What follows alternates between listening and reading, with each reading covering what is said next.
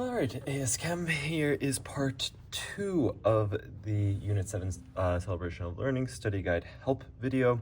In this video, I am going to go through at least most of the rest of this study guide, showing you guys how to do some of these problems and review these concepts with you guys.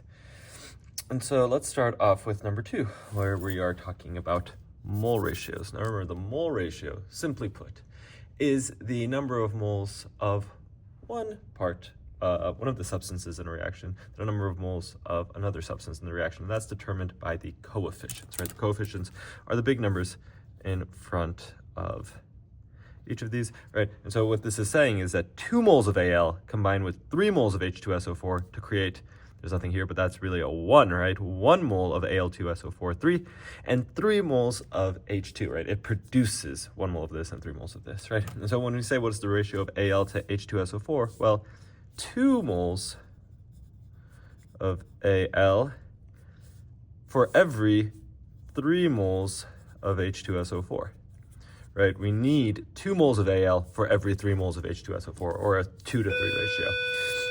You could just put 2 to 3, that's okay. But I'm putting all of it, I'm writing it out all explicitly, right? So it's very clear to you guys. But yeah, it's a 2 to 3 ratio. Okay, how about Al to Al2SO4, 3, right? Well, that's 2 moles of Al produce 1 mole of Al2SO4, 3. Al to H2 is 2 moles of Al. 3 moles of H2. For every 2 moles of Al we put in, we get 3 moles of H2 out, right? So long as we have enough H2SO4. And so hopefully we're getting the idea. H2 to Al, right? It's 3 moles of H2 for every 2 moles of Al put in, right? And so we're seeing this is just the reverse, right? This was 2 to 3. This was 2 to 3, this is 3 to 2. All right, same idea, but it's just reversed. H2 to H2SO4 is 3 to 3, or you could also just say 1 to 1, right? Because that simplifies. Cool. Okay, so that's mole ratios. Now remember, the real way that we use mole ratios is we actually don't put them kind of in this way, right? What we really do is we put them in kind of this manner, where we put it as a fraction, right? Which is another way of writing ratios. You can think of it almost as 2 moles of Al per every 3 moles of H2SO4, right? So that's another way of writing it, and that's how we use it when we go to problems like this, right? When we go to stoichiometry. Because remember, with stoichiometry, oh shoot, I printed out the thing. Let me bring it right here for you guys.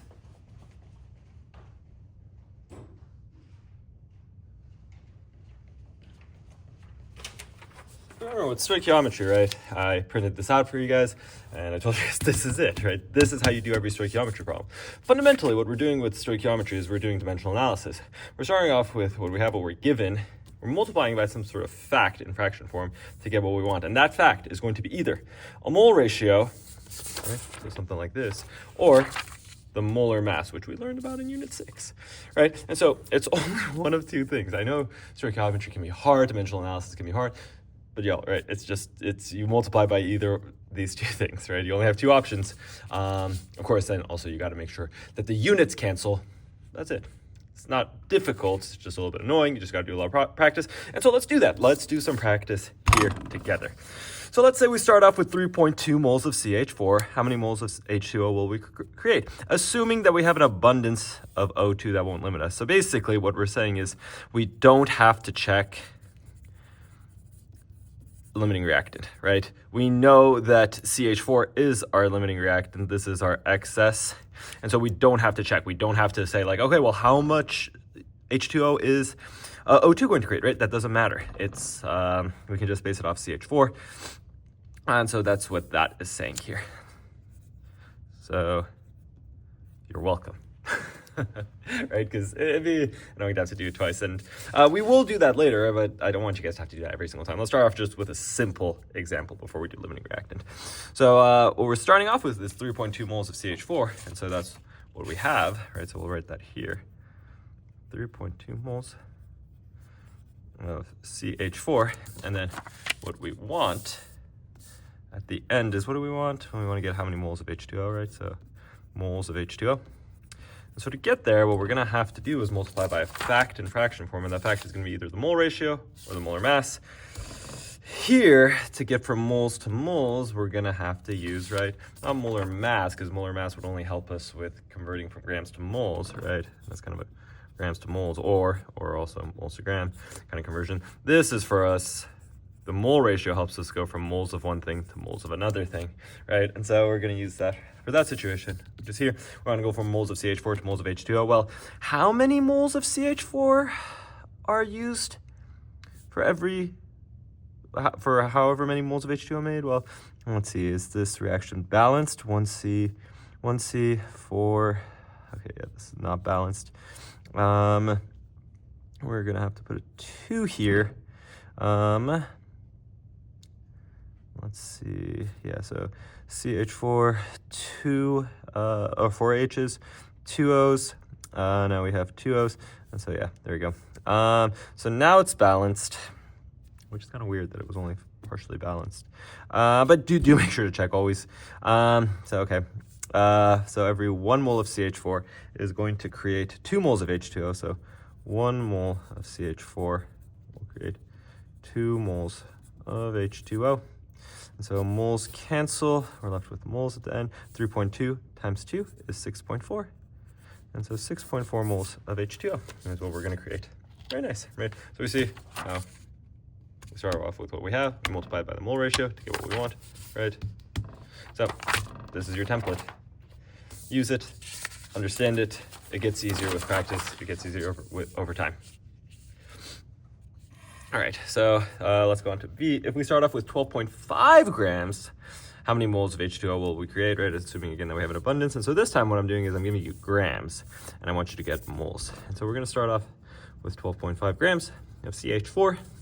And we want to get 2 moles of H2O. Well, how do we do that? Well, we're going to multiply.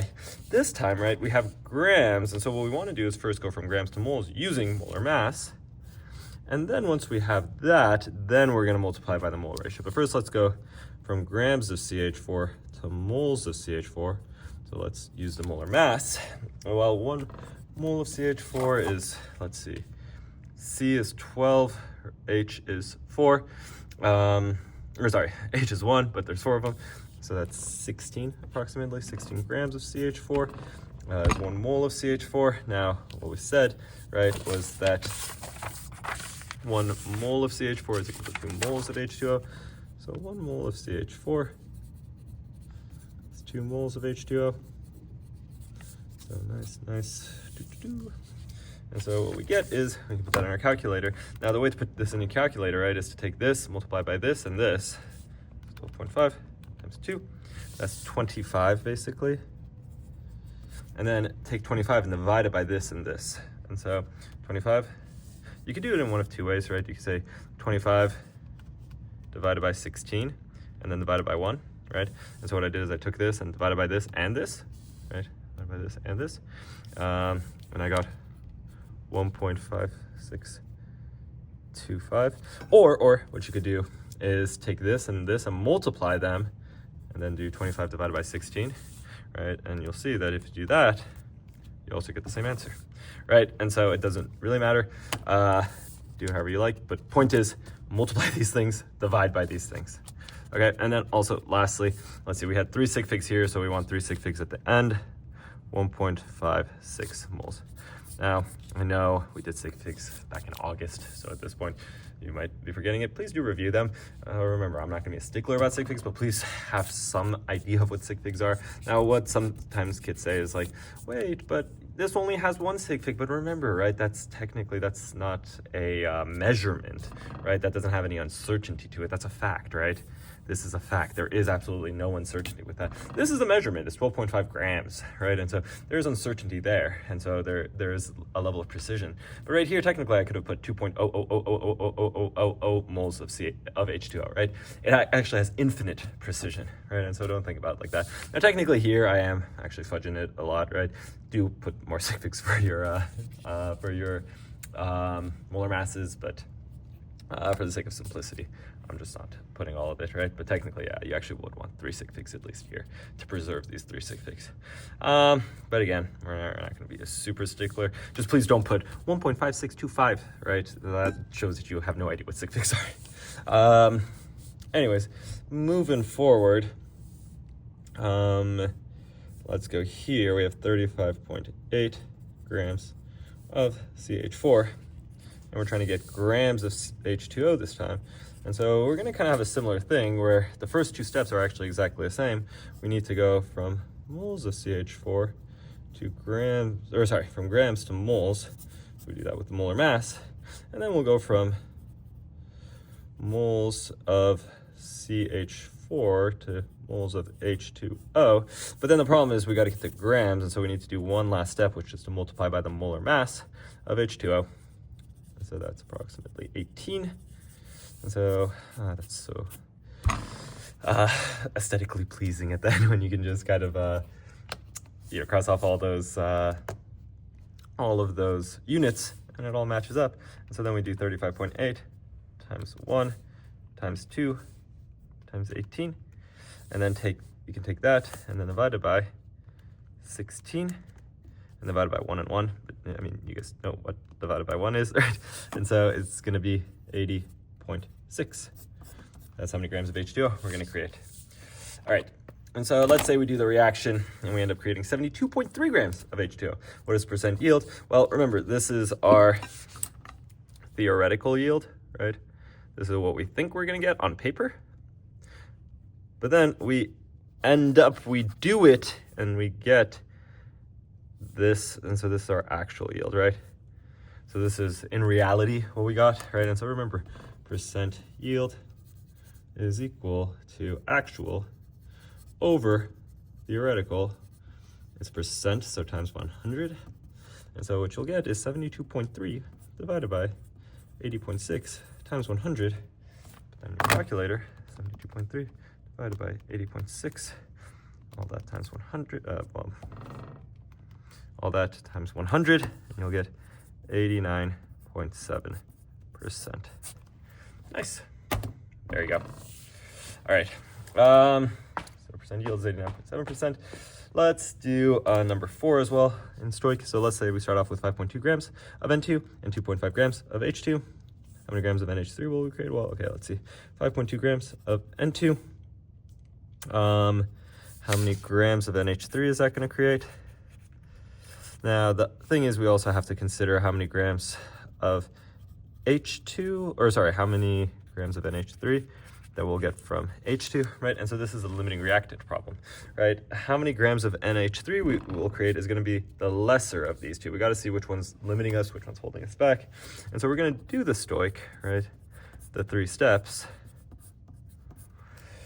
And when we do those 3 steps, we're going to be able to get grams of NH3, right? And so kind of a similar thing, right? What we can see here is that we went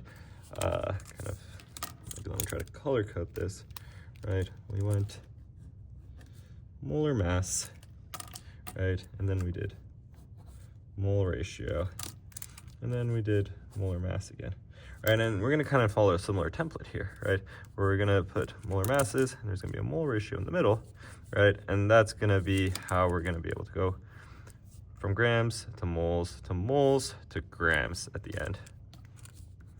So anyways, see, it's kind of formulaic here. The molar mass of N2 is 28. For help with that, please take a look at my Unit 6 video. And then 1 mole of N2 is equal to 2 moles of NH3. Let's see, let's just make sure that's good. 2 N's, 2 N's, 6 H's, 6 H's, yeah, so that's good. 1 mole of NH3 is how many grams of NH3? It's gonna be 17. That's the molar mass. And so we do that, and we get 5.2 times 1 times 2 times 17. So we get 176.8, and then we divide it by 28, and then divided by 101, which will be 6.3. 2 sig figs, 2 sig figs, cool. 2.5, that is going to be 1 mole of H2 is 2 grams of H2. And then 3 moles of H2 for every 2 moles of NH3. And then 1 mole of NH3 is 17 grams of NH3. And so then we can do the crossing off of the units, and what we'll get is 2.5 times 1 times 2 times 17, you get 85, divided by 2, divided by 3, and divided by 1, and it's going to be 14. So 2 sig figs. Cool, okay. And so it'd be nice to make 14, but we can't, right? We can only make 6.3 because N2 is going to be holding this back. It's limiting us. N2 is our limiting reactant versus H2 is our excess reactant.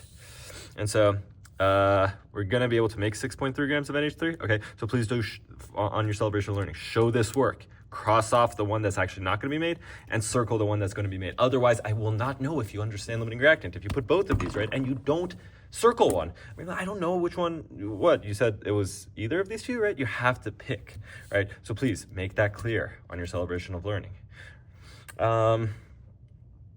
Yeah, and so this is the correct answer, right? This is how many grams of NH3 we will create. This answers the question. And then B is saying what's the limiting reactant? Oh, well, now we know, right? The limiting reactant is N2. The excess reactant is H2, okay? Again, another misconception sometimes students get is they're like, the limiting reactant is N2, the excess reactant is 3H2, right? That's not 3H2. There's no such thing as 3H2.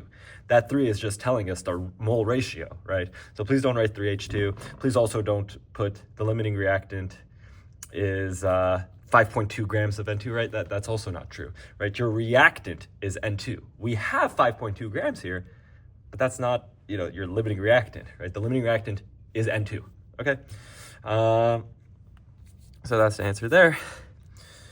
Okay, so let's continue on. Let's see, this is pretty similar. Oh, actually, no, these are not similar. Let's see, say we create how many grams? I guess it's kind of just reverse. I guess I can walk through that really quick with you guys.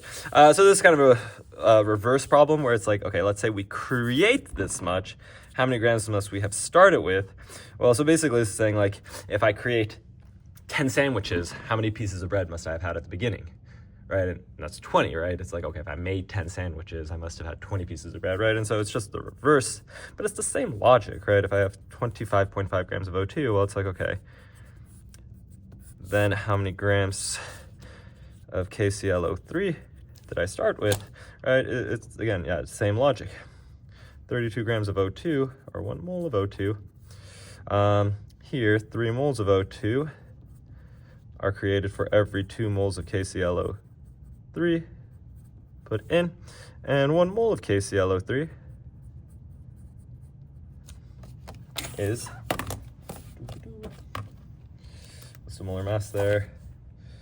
39.1 plus Cl, 35.5 KCl, and then plus 16 plus 16 plus 16 for the O3. That's 122.6. 25.5 times 2 times 122.6 divided by 32 divided by 3 will get you 65.1 grams of KClO3. So we must have started off with this amount to create this much O2. So that's how you do that one. Let's see. Okay. Let's continue on. I'll put the solution for this for you guys, but I want to make sure that I can get to, I want to make sure that I can get to some of these problems for you guys. Percent yield for number 7, right, is going to be easy, right? Percent yield is going to be actual over theoretical times 100. Did one of those, right? But so just do make sure to read the problem. The thing that students always have a problem with is, it's just hard for them to read the problem. So what will be the percent yield for this reaction, right? For this, if we produce this, and so this is your actual, right? Because this is saying, hey, this is what we made. Now, of course, the theoretical, we don't know. But remember, if you look at your notes, you know that you get this from stoichiometry. And so you're like, wait, from stoichiometry? Well, then you take a look here, and it's like we start off with this amount. And so what you can do is you can say, well, okay, if I have 12.5 grams of Zn, and I have 20.2 grams of HCl, how many grams of ZnCl2 am I going to make? And how many grams ZnCl2 am I going to make from HCl, right? And so you can do, again, those 3 steps, right? Just like before, where we had molar mass, and the mole ratio in the middle.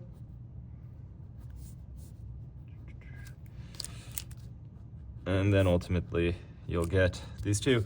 The lesser of the two is going to be the actual, or the theoretical yield, let's just say theoretical yield, right? And then you're gonna use that in this, okay?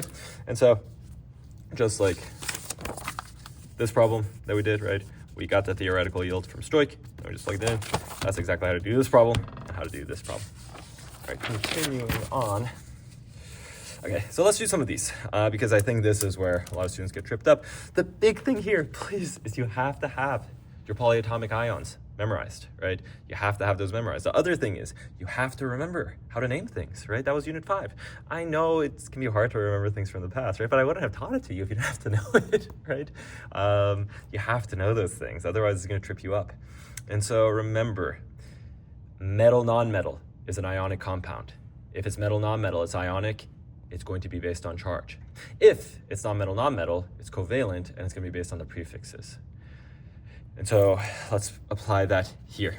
Hydrogen monochloride reacts with sodium hydroxide to produce sodium chloride and water, right? And so to produce, so let's kind of break that down. What is hydrogen monochloride? Well, all right, we look at this and we're like, well, hydrogen's a non-metal, chlorine is a non-metal, so that must be covalent. Oh, okay, yeah, so this is gonna be one hydrogen and monochloride, so just one Cl, that reacts with sodium and A hydroxide. That was OH minus, that's a polyatomic, so NaOH. Now remember, Na is gonna be a +1 charge because it's group 1, so +1. -1 is just 1 to 1. That's fine, right? The charges cancel. To produce, right? To produce is the arrow. Sodium chloride.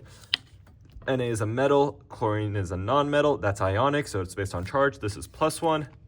This is -1.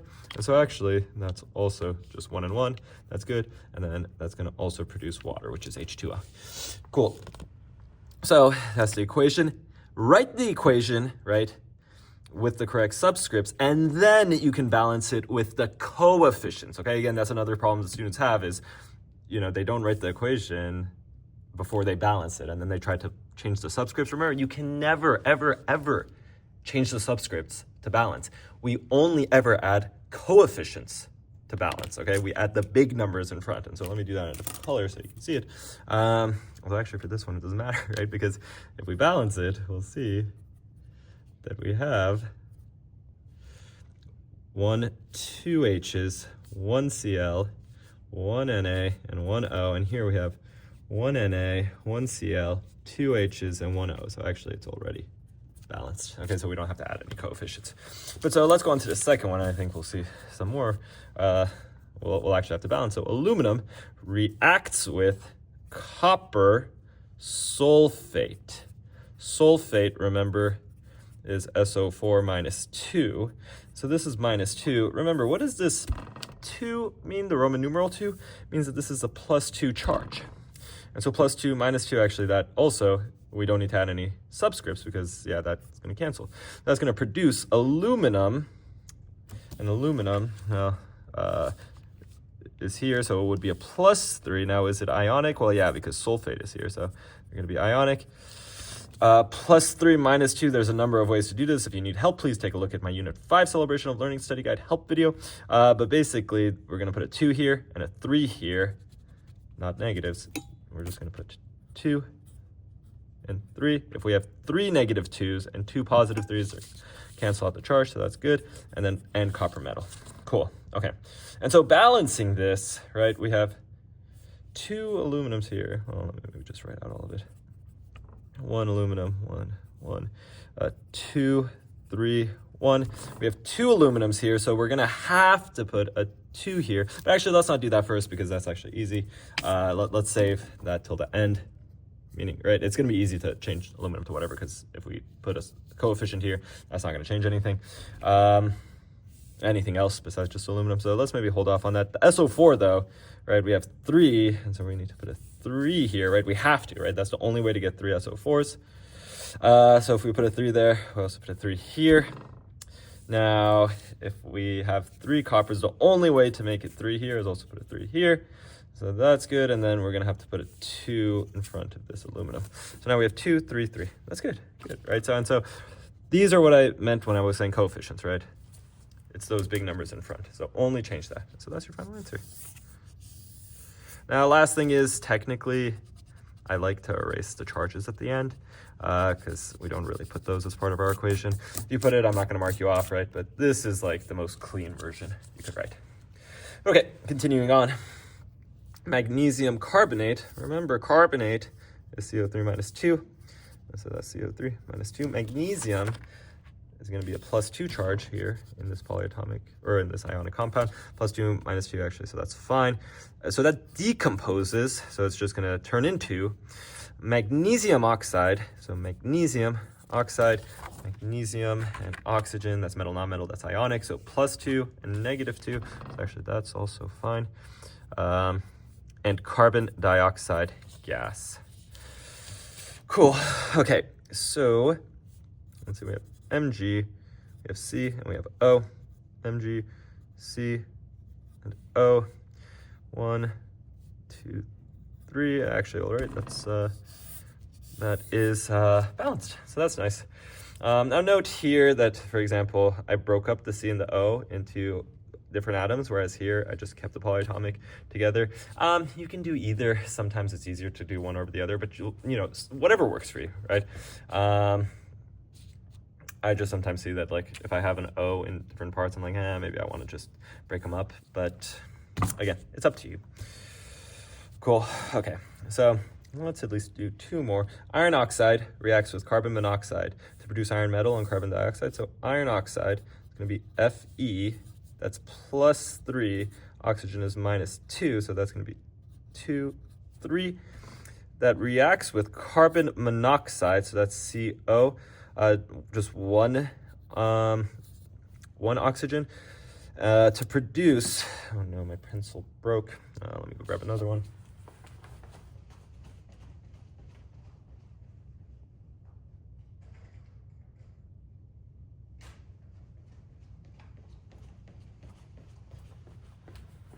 To produce iron metal, so Fe, and carbon dioxide, so dies 2, carbon CO2. Cool. Okay, so now let's balance it. Fe, O, and C. We have 2 Fe's, 3 O's, actually, no, sorry, 4 O's, and 1 carbon. We have 1 Fe, 1 C, and 2 O's. And so we see the problem is we need to have double this, right? So that we have 4 O's. Now, of course, that also changed our carbons. So now we're 4, 2. Now the other problem that we've created is now our carbons are off. So I got to put 2 here. But now, of course, that's going to change my oxygen. So now I have 5. But I'm having to make those moves, right? I don't really have much of a choice there. The only way to get my oxygens up again is to change this. And so this is kind of annoying. Let's put that as a 3. So I change that to 3. Let's see, that's 3, 6 O's. How can I change that? Okay, I'm gonna have to make this into a 3 as well. Okay, 3. Okay, so now that's 6, right? Okay, let's make sure that that's correct. 3 carbons, 3 plus 3, 6 oxygens. 3 carbons, 3 times 2 is 6 oxygens. Cool. Okay, then if I just put a 2 there, that should be good. Nice. All right, so 1, 3, 2, 3. All right, let's just do one more. Methane gas. Now, what the heck is methane? Remember, Unit 5, right? Your organics, right? Meth, eth, prop, bute. So methane, what was methane again? Well, meth means 1 carbon. Meth, eth, prop, bute, right? So 1. Ane, what was ane? Right? Oh, that was when you only had single bonds, right? So methane is going to be the one that kind of, we put it to the side, right? It's 1 carbon with only single bonds. Carbon wants 4 bonds, and so that's just going to be CH4, right? So methane gas combusts in oxygen, right? So reacts with basically oxygen. It forms CO2 and water, and so that is our equation. Now, can we balance it? Well, let's see. We have 4 hydrogens, so we need to put a 2 there. Now we have 2 plus 2, that's 4 oxygens, so we need a 2 here.